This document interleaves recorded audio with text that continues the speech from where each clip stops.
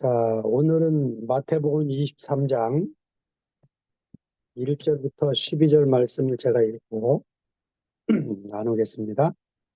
이에 예수께서 무리와 제자들에게 말씀하여 가라사대 서기관들과 바리새인들이 모세의 자리에 앉았으니 그러므로 무엇이든지 저희의 말하는 바는 행하고 지키되 저희가 하는 행위는 본받지 말라.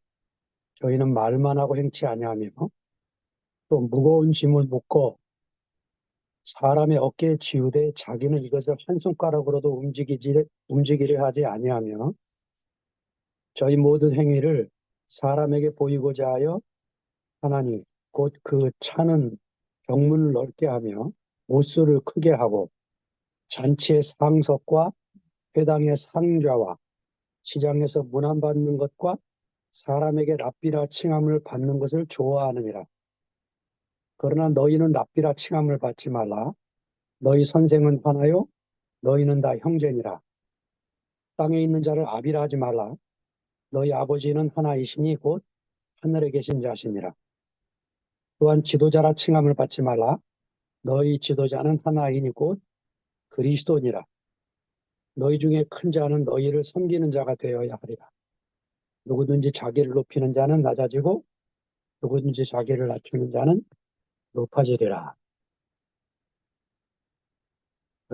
스승과 아비와 지도자이신 그리스도를 나누도록 하겠습니다.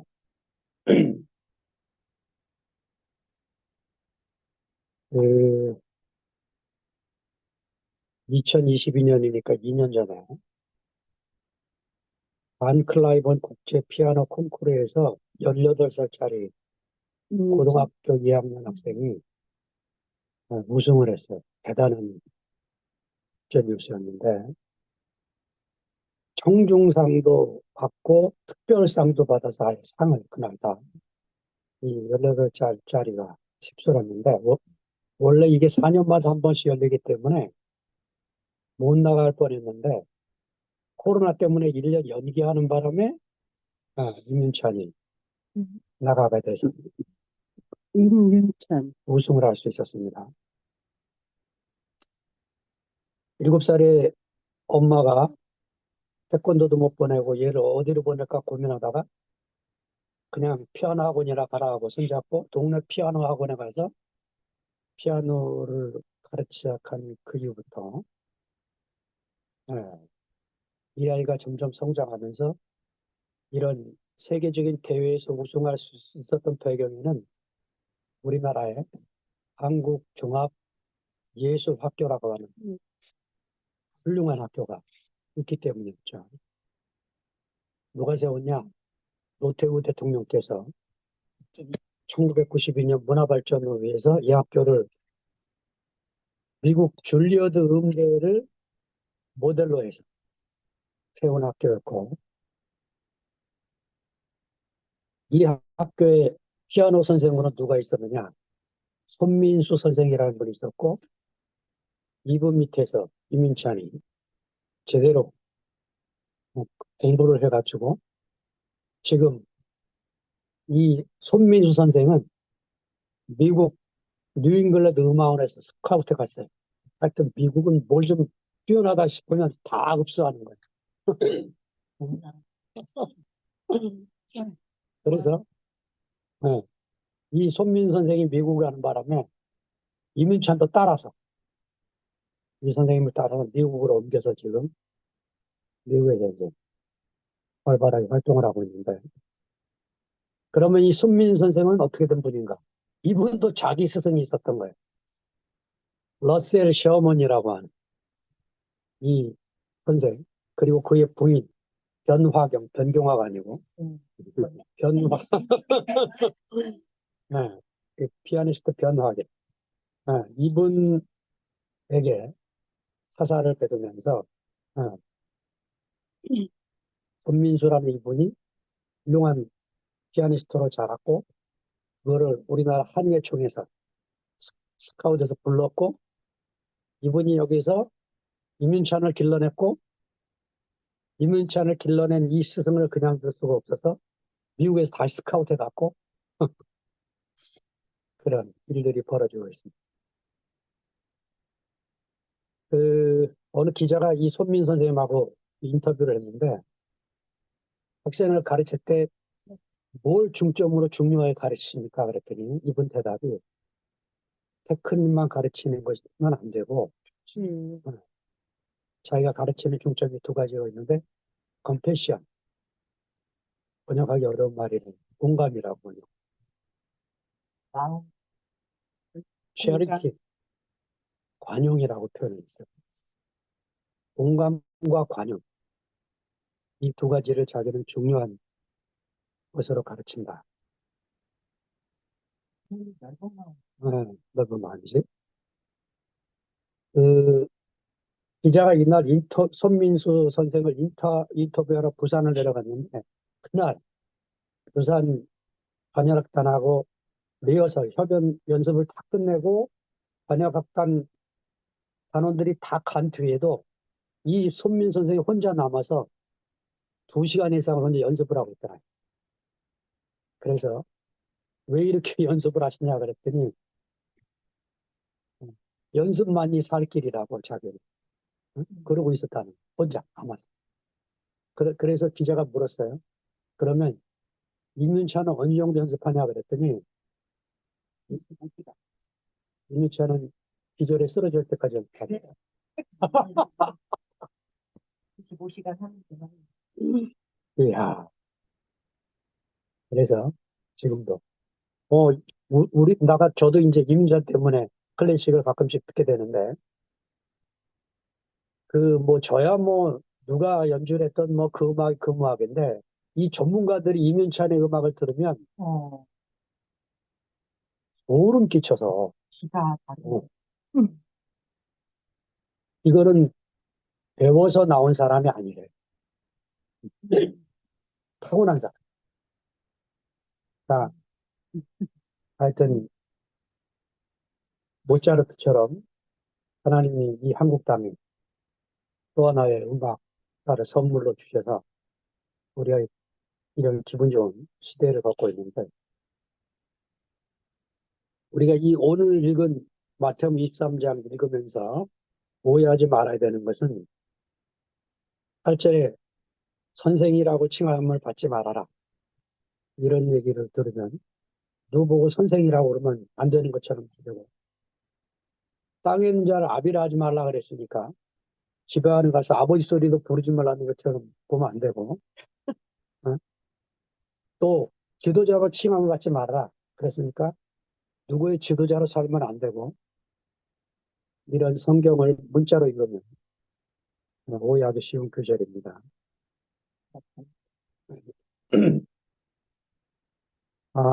저는 이제 이 본문을 보면서 제 어린 시절이 기억이 났어요. 저는 어린 시절에 어떤 사람으로 자랐냐? 그, 누구? 아이고, 우리 꼬맹이들 오는구나. 이 암정 시켜야 되는.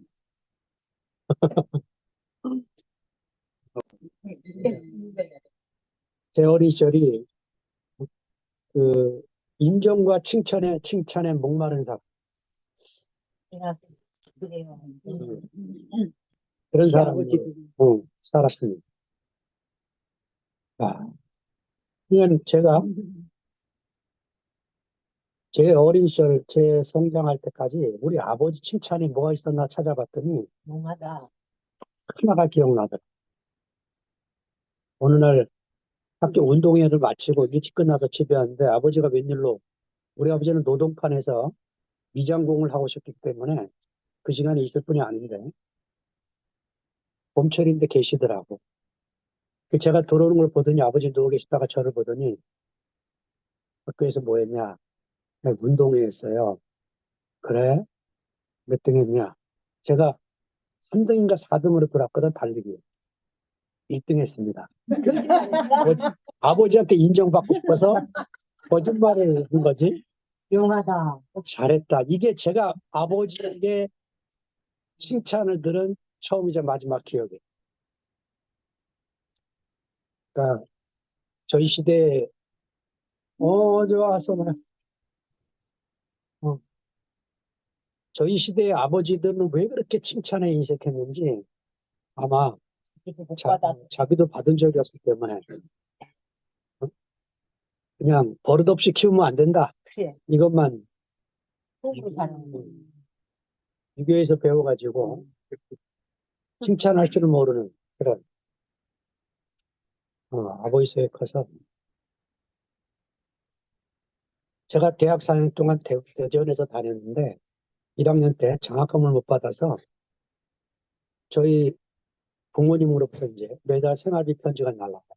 그때는 우편함으로 우체국에 가서 돈을 바꿔야 되는 우편함으로 날라왔는데 편지 봉투에 늘 아버지 이름으로 써 있는 거죠.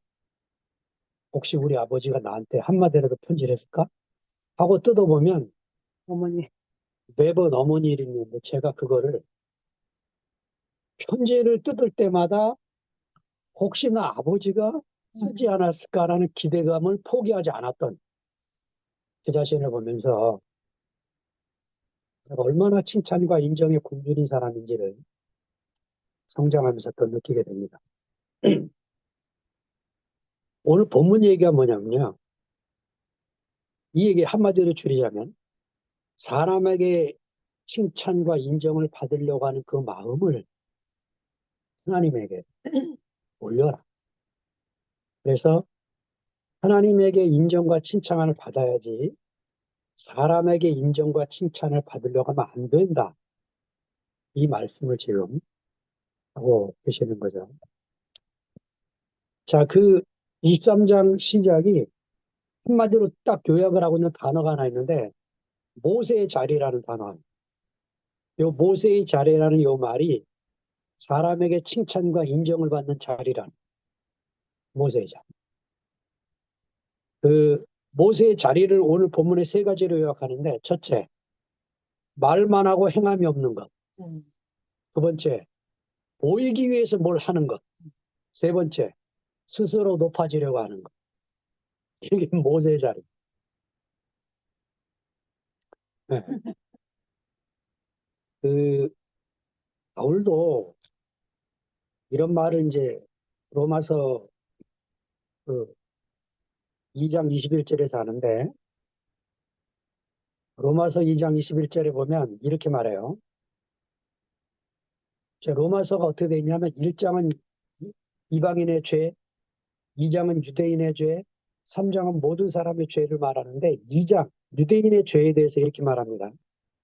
네가 율법을 열심히 가르치고 행하는데 그러면 다른 사람을 가르치는 내가 내 자신은 안 가르치느냐 이 말을 써요.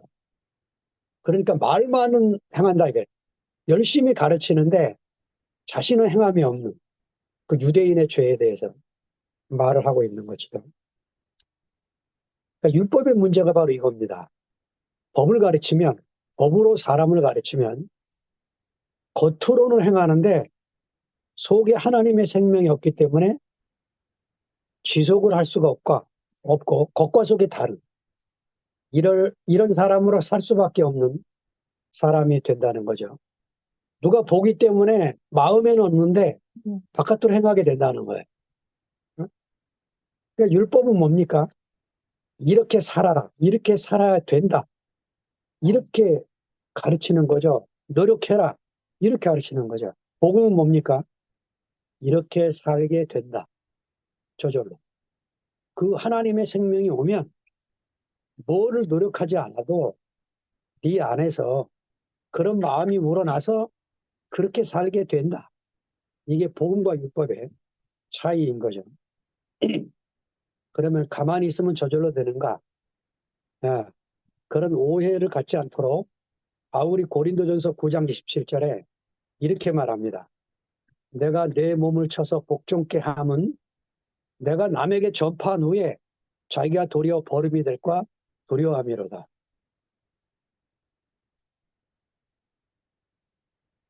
그 제가 그 우리 두 번째 딸 미리와 교제하는데 나는 아직도 하나님께 대한 두려운 마음으로 산다. 그랬더니 우리 둘째 딸이 왜 하나님을 두려워할 필요가 있어? 이렇게 말하더라. 내가 그래서 그 말을 이렇게 얘기했어요. 그건 하나님께 대한 공포를 말하는 게 아니고 하나님께 대한 경외를 말하는 거예요. 예. 지금 바울이요. 자기가 남에게 전파한 뒤에 자기가 버림이 될까 봐 두려워한다고 그랬어요. 그러니까 나는 지금 우리 그 둘째 딸이 속한 그 젊은 아이들 속에 그 하나님을 향한 경외심, 이게 정말 있나 하는 질문을 갖게 돼요.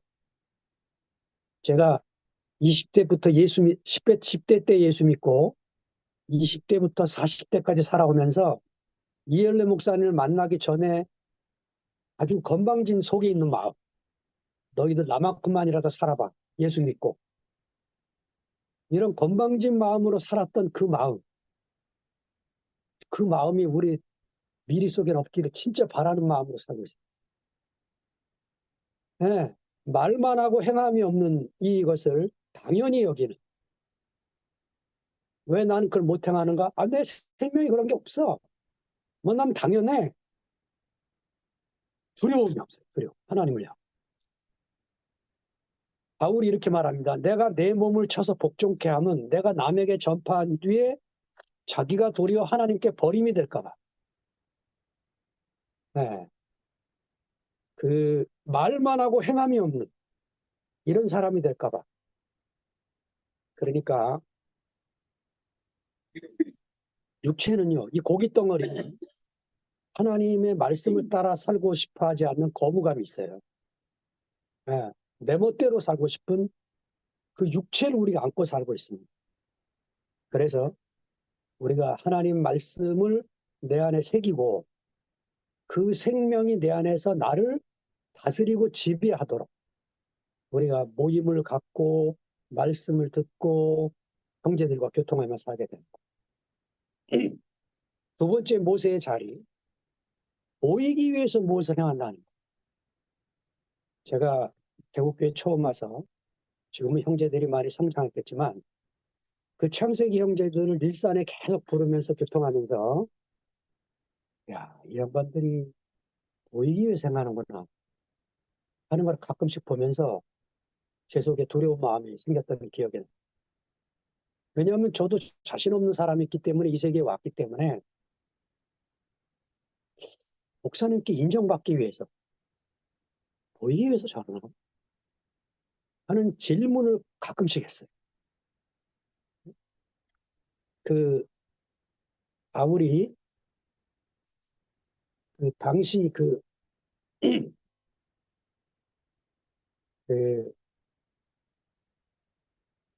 당시 초대교회 때 바울이 복음을 전했던 교회에 나오는 형제들이 대부분 노예들이었어요. 그 노예인 종들에게 보이기 위해서 하는 것에 대한 경고를 주고 있는데 골로새서 3장 22절에 보니까 이렇게 말씀해요. 종들아 모든 일에 육신의 상전들에게 순종하되 사람을 기쁘게 하는 자와 같이 눈가림만 하지 말고 오직 주를 두려워하며 성실한 마음으로 하라. 무슨 일을 하든지 마음을 다하여 주께 하듯 하고 사람에게 하지 마. 이게 그 상황으로 돌아가면 이해가 되는 게 이 틀림없이 이제 이 골로새라고 하는 지역도 로마의 지배하에 있는 상황이고 로마 군인들이 점령하고 있는 지역이고 대부분의 종들이 교회에 나오는데 이 로마 군인들이 종들을 하수인 수준이 아니고 짐승 다루듯이 다. 그러니까 이 종들도 살기 위해서 눈치껏 다 움직이는 거죠. 눈치껏. 그래서 주인이 있을 때는 하는 척하고 없을 땐 예, 피하고 또 자기 이익 챙기고 이렇게 살게 되게 되는 거예요. 환경이 그런 환경이니까. 바울이 죽게 하듯 해라. 무슨 말입니까? 남이 보니까 하고 보지 않으면 안 하고 우리나라에도 이제 체면 문화라는 게 있어요. 체면 문화. 그러니까 물 먹고 이빨 음,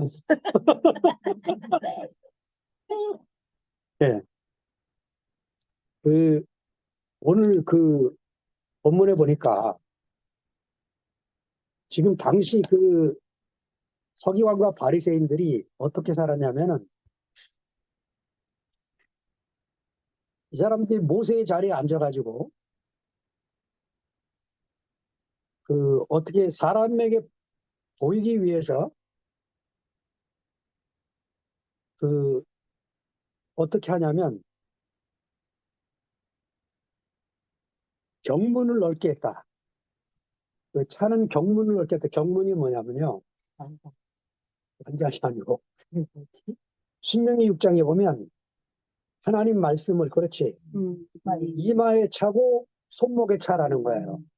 근데 이스라엘 백성들이 이 왼쪽 손목이 아니고 지금은 이제 이 접히는 팔뚝에 차는데 흘러내리지 않으라고 소가죽에다가 띠를 만들어서 가죽 박스를 만들어서 그 안에다가 하나님 말씀 네 구절을 집어넣어서 말씀이 살아있구나. 말씀 이게 팔뚝에도 차고 이마에도 차고 이게 신명기 6장에 그렇게 써 있기 때문에 하는 거예요. 이렇게 이제 성경에 그냥 하나님을 경외하며 살아라. 그러면 이제 그 마음을 경외하면 되는데 구약 율법은 뭐냐? 구체적인 걸 지시하는 거예요. 그러니까 그것만 하면 되는 거잖아. 열심히 있는 라피 집안이나 바리새인 이런 집안에서 아이들을 전부 이렇게 기르는 거죠. 그 다음에 옷술 얘기가 나오는데 여기 옷술을 경문을 넓게 하고 옷술을 크게 했다.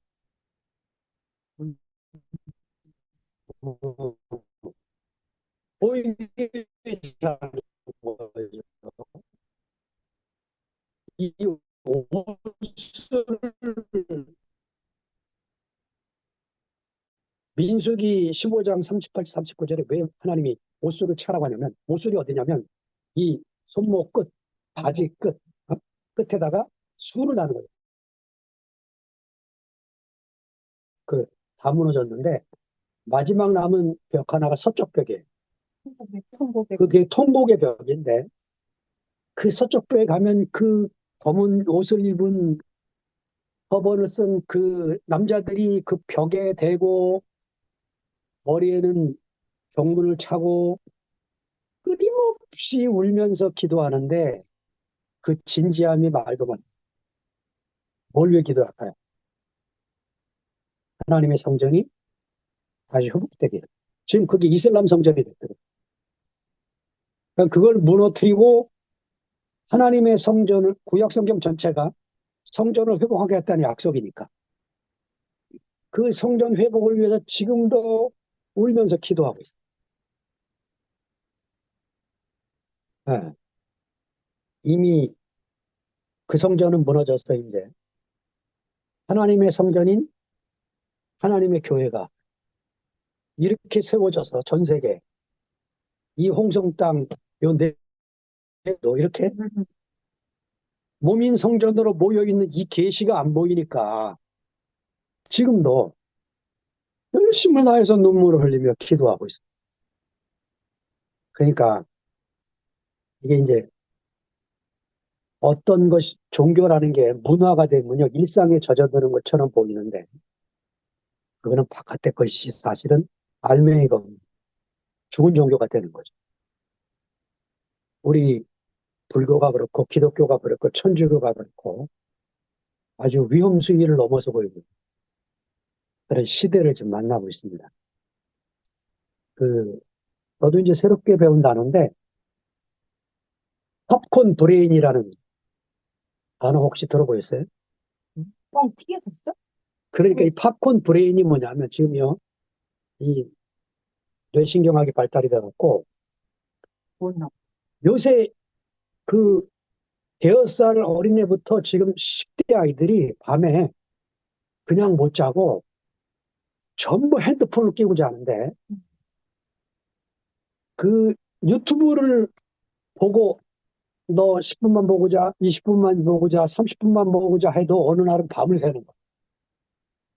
이유가 뭐냐? 이 팝콘 브레인 때문에. 뇌가 팝콘이 어떻게 됩니까? 뻥을 튀긴 거잖아. 그렇지. 그러니까 빵빵 튀겨져서 뇌 정상적인 걸 못하는 평생 거지. 예, 중독이 되는 거야. 그래서 도파민 맞아. 중독이 되는 거야. 맞아. 너무나. 도파민 중독이 돼서 그 도파민 멜라토닌 때문에 잠이 안 와. 이게 심각한 거야. 그러니까 저도 그래요. 그냥 자면 좀 이상해. 서운하고. 뭐라도 한 편 보고 자야지. 그런 지금 우리 뇌가 지금요. 이게 조심 팝콘 브레인으로 지금 가고 있어요. 조심해야 됩니다. 세로토닌 먹으면 돼. 어, 더 강한 자극이 오기를 늘 바라고 그 자극을 따라 움직이는 뇌 따라서 살기 쉬운 거죠.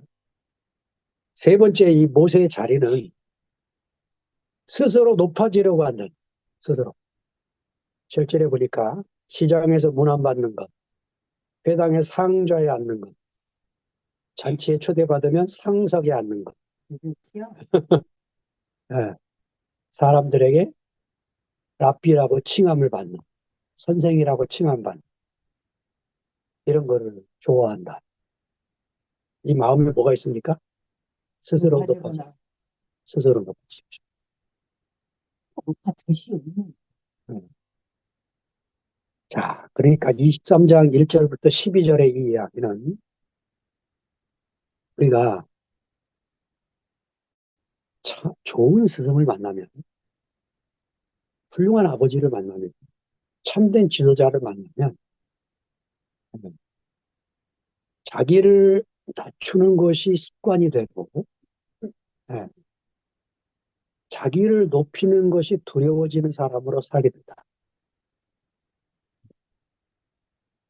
그 이런 분을 만나고 사는 게 얼마나 인생의 최대의 복인지 모르겠어요. 이번에 이강인이라고 손흥민 차세대 슈퍼스타 축구 선수가 나오는 기대감을 갖고 얼마나 이강인을 사랑했던 팬들이 많은지 몰라. 그런데 아시아 게임을 하다가 이강인이 손흥민하고 무슨 말다툼이 벌어진지 어떤 싸움이 벌어져갖고 손흥민이 손가락에 두 마디를 테이핑하고 지금도 끼고 있는 광경이 나온 거예요. 그래가지고 아마 들려오는 얘기는 이강인이 손흥민을 주먹으로 때렸다는 얘기도 나오고 벨소리가 다 나오는 거예요. 그래가지고 그 마지막 게임을 처참하게 깨진 거는 이강인과 이 애들이 손흥민한테 패스를 하는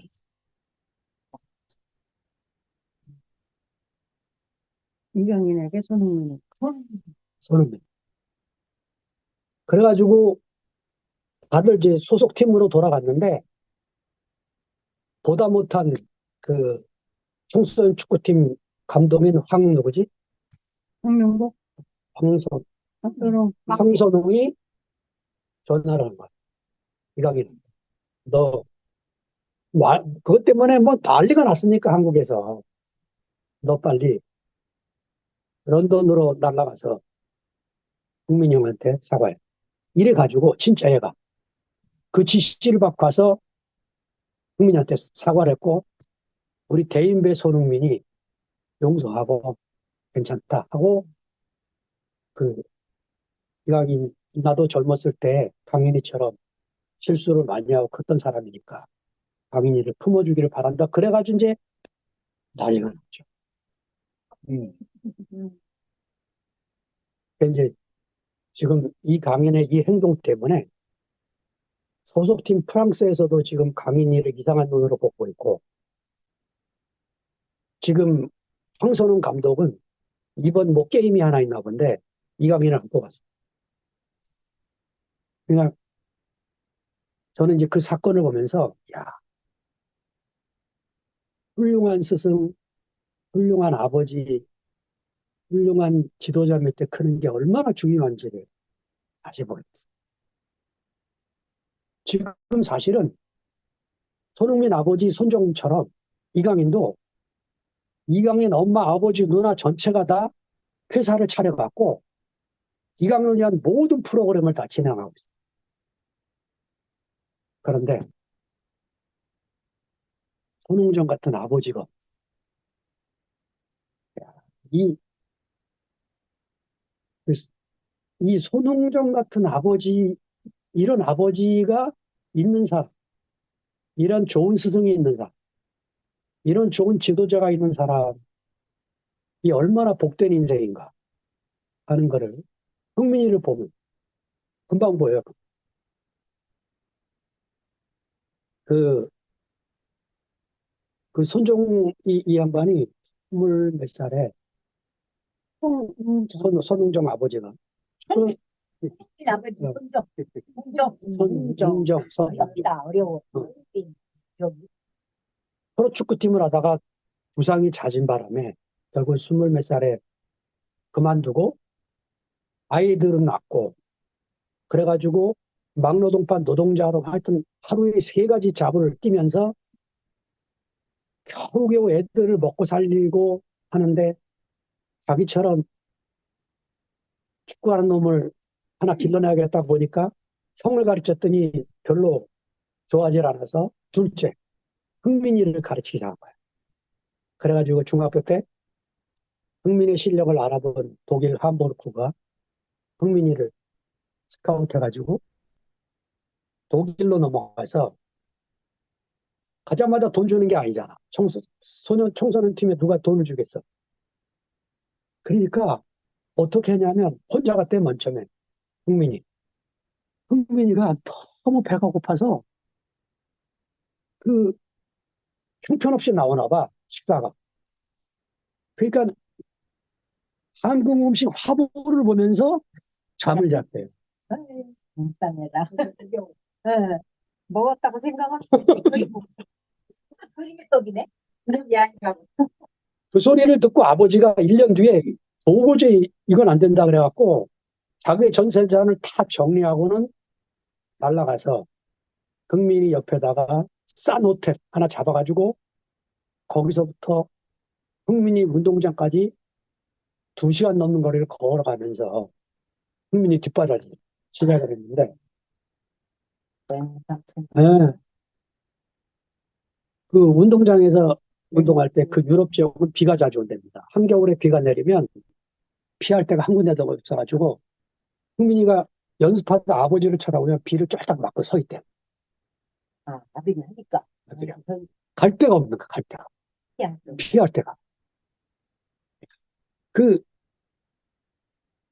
그래가지고 이제 그런 아들을 훌륭하게 기른 토트넘 회사에서 흥민이 아버지한테 우리 팀 유소년 축구 감독이 좀 돼달라고 했더니 앙칼에 거절하면서 뭐라 그러냐면 나는 동문회 볼보이 하는 게 최고의 행복입니다.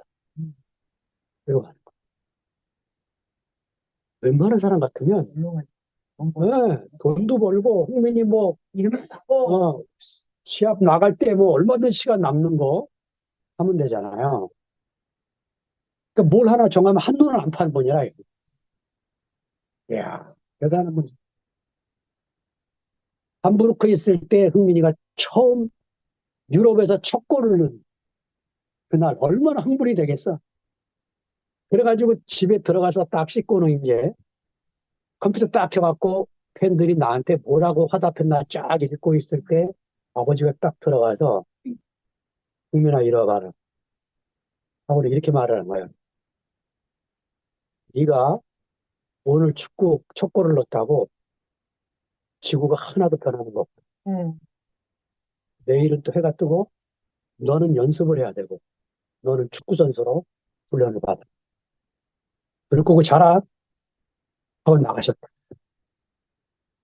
흥민이는 신기하게도 아버지가 무슨 말을 하면 그대로 따라하는 아이가 됐어요.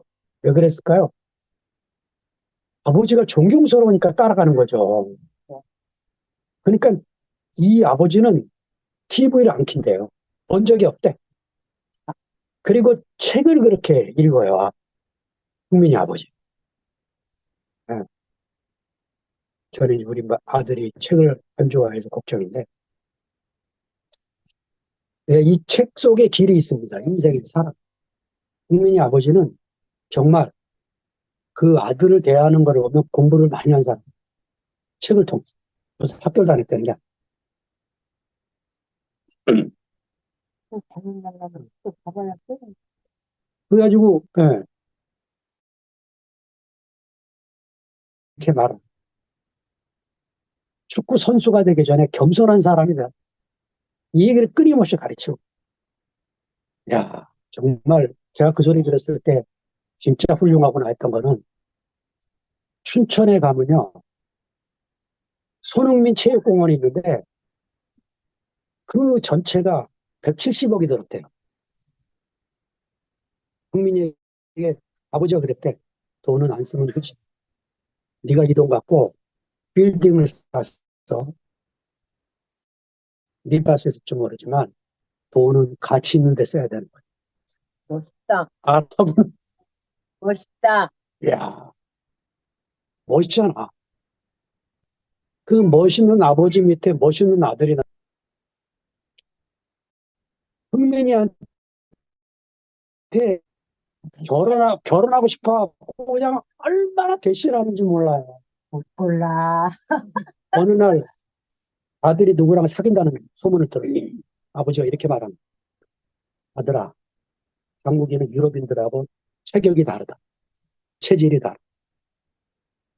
너는 선수 하는 동안에는 결혼을 안 해. 네가 결혼을 마음먹는 날 선수로 끝내. 선수로 끝나고 결혼을 해. 부르다 본다. 그래가지고 국민이가 아버지 말씀에 또 아멘을 한 거야. 그래가지고 왜 결혼 안 하느냐? 기자들이 물을 때마다 하는 대답이 있어요. 내가 결혼하면 1번이 축구가 아니고 아내고 2번이 아이들이고 3번이 축구입니다. 근데 지금은 내가 축구가 1번이고 결혼할 수 없어. 이렇게 말하. 이성적이구만. 아버지 훌륭한 아들이네. 적을 갖다가 누는 사람인데. 아예 나도 그래. 여러분 이 좋은 스승, 훌륭한 아버지, 그 실력 있는 지도자, 이 만나는 게 얼마나 복된 인생인지 몰라요. 근데 사실은 저는 이런 분을 만났어요. 제가 기억하는 이열래 목사님은 제 스승이고 아버지고 지도자십니다. 아멘. 지금도 그거 어디 가라고.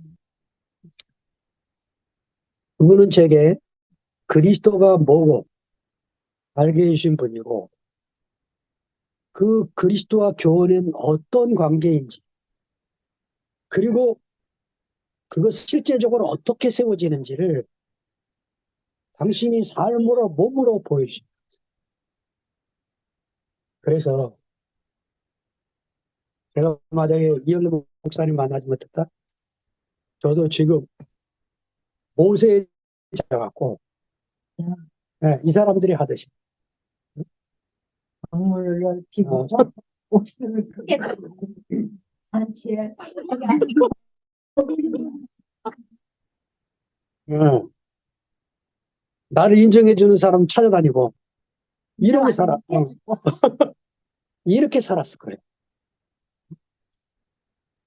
근데 정말 이현래 목사님 만나고 나서 인생이 무엇인지 사람이 사람답게 살다 이것을 알고 지금 교회가 이렇게 세 주로 흩어져서 각자 살고 있지만 저는 하나도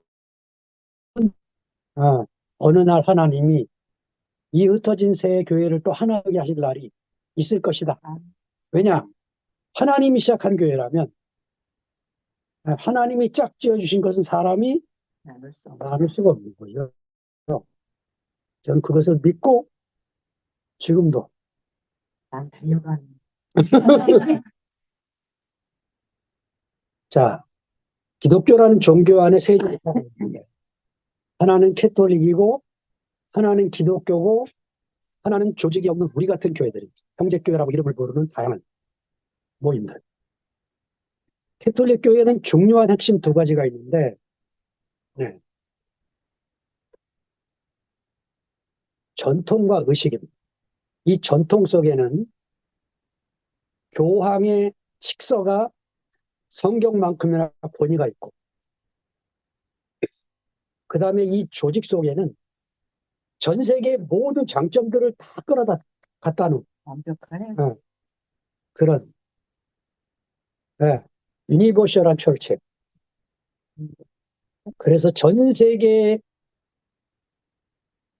국가를 초월해서 인종을 초월해서 나는 캐톨릭 신자입니다. 음. 그러면 로마 시민이에요. 그런 의식으로 다 살아. 추기경 신부들은 로마 시민이에요. 교인들은 안 그렇죠. 그렇게 한 몸, 한 교회 의식으로 살아. 근데 만나서 대화해 보면 성경에 대해서 깡통. 하고 있. 정말 주님이 이런 교회를 원하실까 질문하면 아이 생각하게 만든다. 그래서 두 번째 나온 교회가 우리가 전에 다녔던 개신교회. 종교 개혁을 통해서 나왔는데 이 개신교회도 벌써 5, 600년 흐르면서 1500년대 나왔으니까 그렇죠? 5, 600년 흐르면서 지금은 성서에 입각한 교리와 조직으로 발전을 했어요. 왜 감리교가 생겼나? 왜 장로교가 생겼나? 왜 침례교가 생겼나? 왜 그리스도교회가 생겼나? 신학교로 인해서 생겨난 것들이에요. 어떤 신학교가 세워지면 교리가 정리되고 교리가 정리되면 교파가 만들어지고 순복음 교회도 신학을 만들어서 교회가 먼저 생겼고 신학교를 세웠고 그래서 이제 순복음 교파가 생기게 됐어요. 저도 거기서 한 몇 년 강의하다 나왔는데 여러분 순복음 교회가 한국 교회에 미친 영향이 굉장히 큽니다. 장로교, 감리교, 침례교 교파를 초월해서 그때 전부 그냥 그 성령 운동 휘말려 갖고 개도하는 방언도 못 한다고 혼나면서 부흥회 다니고 금식기도 하고 철야기도 하고 교파 색깔이 사라질 정도로 그러고 이제 교회 70년대부터 지금까지 와서 이렇게 됐는데 자 우리는 거기서 또 부름 받아갖고 세 번째 조직을 다 벗고 교리도 벗고 말씀이 사람이 된 세계 안에 사는 모임 이렇게 됐어요. 말씀이 사람이 된 세계 안에 사는 모임 속에 살다 보니까 여기는 또 문제가 없냐? 이 땅에 세워진 교회는 또 문제가 있기 마련이에요. 그러니까 이 사람, 이 아버지 같은 목사님, 스승 같은 목사님, 정말 존경하는 지도자, 이 사람이 빗나가 버리면 그 교회는 또 잘못되는 거죠. 대표적인 게 천부교회 시작이었던 박장로, 박대선 장로, 홍성에도 있더만. 있어요, 에덴교회. 천주교인가 뭐라고 천부, 써져 있어. 에덴교. 통일교회 문선명. 최근에 난리치고 있는 누구죠? 신천지. 신천지. 그 말이 안 나. 신천지 이만. 웃겨고. 영생교 안상호. 우리나라 종교 천재들이 많아요 보니까. 이런 사람들이 지금도 버티고 있는 이유는 그 지도자를 중심으로 탄탄히 방어막을 치고 있는 지도자를 영웅처럼 떠받들고 지도자를 신처럼 떠받드는 요 사람들로 인해서 무너지지 않고 지금도 가고 있다. 자, 오늘 본문 23장에 예수님이 이렇게 말합니다. 그러나 너희는 랍비라 칭함을 받지 말아라. 너희 선생은 하나요? 너희는 다 형제니. 땅에 있는 자를 아비라 하지 말아라. 너희 아버지는 하나이시니 곧 하늘에 계신 자. 또 지도자라 칭함을 받지 마라. 너희 지도자는 하나이니 곧 그리스도시. 그리스도만 우리의 선생이고 우리의 아비고 우리의 지도자라.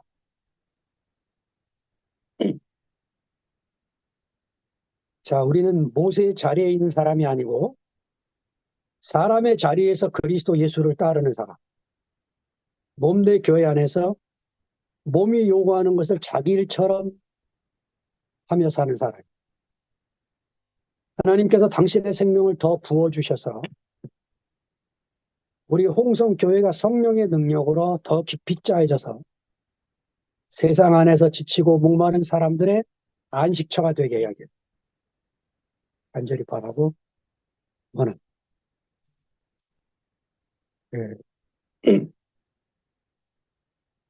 마지막으로 마술사 한 사람 얘기 하고 끝내려고 하는데, 여러분 우리나라 말수아 중에 이은결이라는 사람 얘기 들어봤어요? 네, 대단한 양반인데 이 양반이 제자로 삼은 사람이 유호진이라고. 이 유호진 마술사의 특징이 마술을 그냥 하는 게 아니고 스토리를 만들어서 그 마술을 보고 나면 예술 한 편을 본 것 같은 그런 이야기가 있는 마술이에요. 네. 근데 이 유호진이라는 사람이 FISM이라는 3년에 한 번에 열리는 세계 마술 대회에서 우승을 합니다. 그랑프리를 안거든. 그래 이제 집으로 왔는데 어느 날 이은결이 이제 자기를 점심 같이 먹자고 부르길래 자기 집에서 이은결 집까지 3시간 걸린대. 반갑구나. 그래서 이제 갈까 말까 하다가 뭐 우승하고 왔으니까 뭐 파티라도 열어주려나 하고 3시간을 뭐 버스 타고 뭐 지하철 타고 택시 타고 갔어요.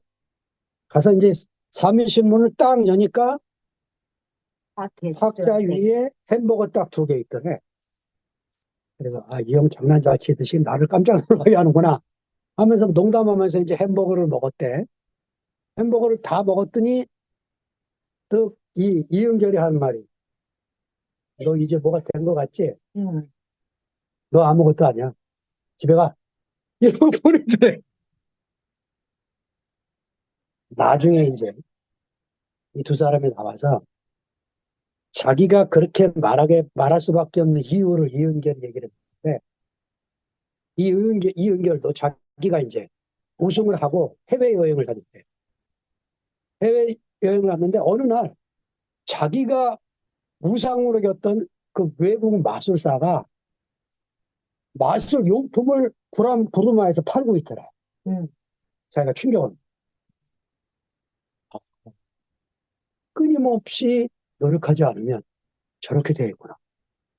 자기가 충격을 먹고 돌아왔는데 지금 자기도 이제 우승을 해봤으니까 이호진 속에 어떤 마음이 있는지 안 거죠.